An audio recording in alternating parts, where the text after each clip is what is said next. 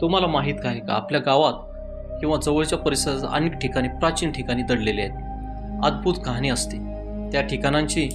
आज आपण थेट भेट देणार आहोत मालखेडमधील एका खूप जुना आणि रहस्यमय मंदिर, मार्कंडेश्वर मंदिराला, जिथे इतिहास आणि श्रद्धा एकत्रित भेटतात.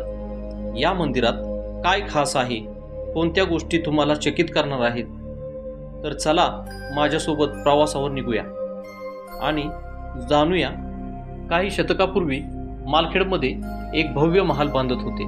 काम चालू असताना मजुरांना जमिनीतून एक अनोखा शिवलिंग सापडला. हा शिवलिंग पाहून सगळ्यांनाच अचंबित वाटलं. त्या दिवसापासून त्या जागेला मंदिर बांधण्याचा निर्णय घेतला गेला.